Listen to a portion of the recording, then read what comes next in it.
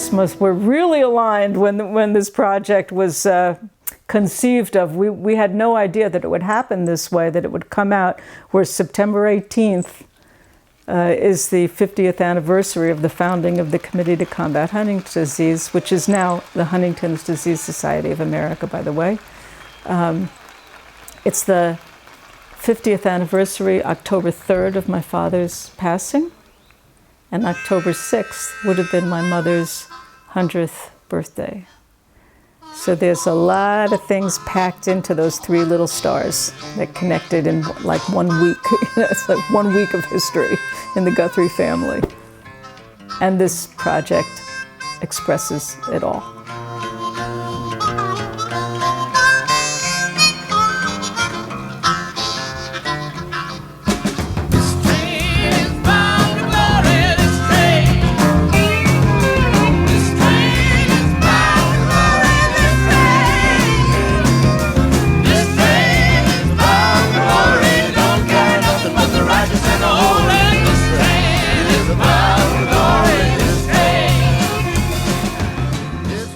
That many of those performers, which were relatively known or kind of well known in their time, has since stayed the course with their careers. People like Bob Dylan and the band, who was the backup band in the Carnegie Hall show, Joan Baez, Judy Collins, Pete Seeger, Arlo Guthrie, Country Joe McDonald. You know, a lot of these people were in their 20s when they first started in these concerts. And it's amazing to see that they're still there, they're still around. They really have become icons in their own right, whereas before they were part of Woody's children, so to speak.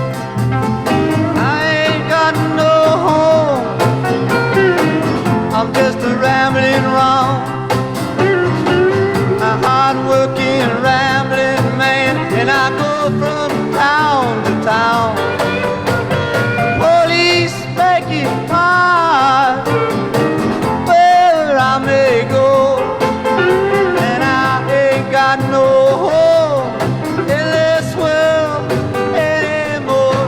I ain't got no home in this world anymore.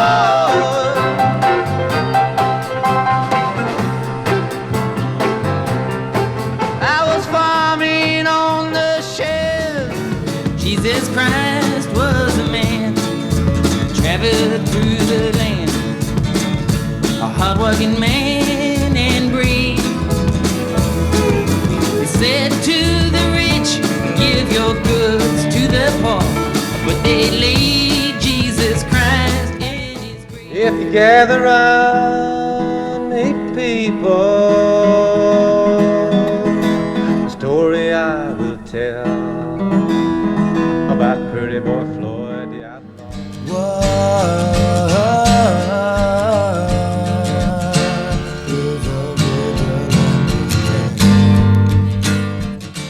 You stick out your little hand at every woman, kid and man, and you wave it up and down.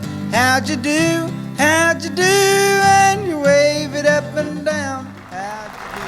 There once was a Union maid. She never was afraid of the goons and the ginks and the company finks and the deputy sheriffs that made the raid. She'd go. I'm going where the water tastes like wine.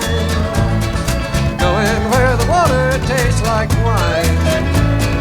Going where the water tastes like wine. Oh boy, ain't gonna be treated this way. LA water tastes like turpentine.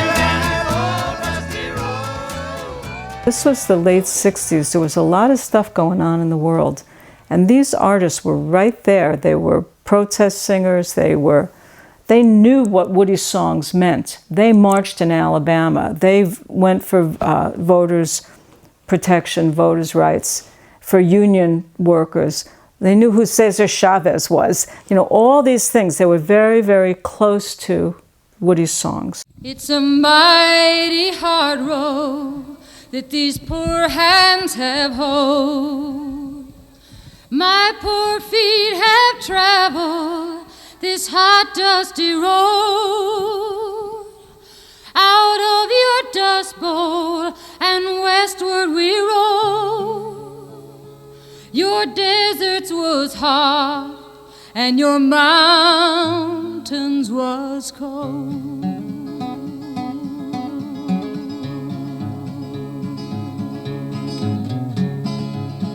These were right there in the battle with Woody. So this was authentic and sincere and therefore very powerful. Also, when we realized that much of the concert had been edited out, that it was too long, I guess, for a LP at the time. So that was really interesting to be able to hear the program the way it actually took place, and including all the narrations, which are not really highlighted in the original release. Those narrations are all Woody's writings and words, and they're very important to the program. My body is naked now, and it was born naked. No matter how I dress up or undress, I am naked. The best and juiciest of humanly truths are naked truths. I feel the same way you feel about my naked places. None of my places feel their real best until I get them uncovered, unhid, stripped down naked. In my most naked thoughts, I've always laid flat on my back on the beds of leaving leaves and grass, counting the tree buds with my hands and the night stars with my toes. Go ahead. I was born singing in this big old world. Raised by labor movements of 100 pretty girls. I got a woman at home, but she's so open for me. I got a woman at home. You kind of have to laugh what's happened to the narrators over the years. So in Carnegie Hall, it was Robert Ryan and Will Geer. Robert Ryan was pretty well known at the time as an actor, but Will Geer, not so much. He was a good friend of my father's, but not that well known in the mainstream. And as it turned out, many, many years later, Will got the part of Grandpa Walton in the hit TV show, The Waltons. So now everybody knows Will Geer. When you say Will Geer narrates, everyone goes, oh yeah, Grandpa Walton. And the other guy in the Hollywood Bowl show, it was Will Geer and Peter Fonda. And Peter had just come off of doing Easy Rider. Still a kind of young, I want to say kind of a hippie actor in a way. I remember him being on stage barefoot and in leather pants, like suede pants, which was very hip at the time. Another really, really powerful performance is Odetta doing Ramblin' Round, backed by this incredible house band. Again, young 20-somethings in Hollywood Bowl, which included Ry Cooder as a 20-year-old guy playing guitar behind Odetta, and a great band of guys from Linda Ronstadt's band, Swamp Water.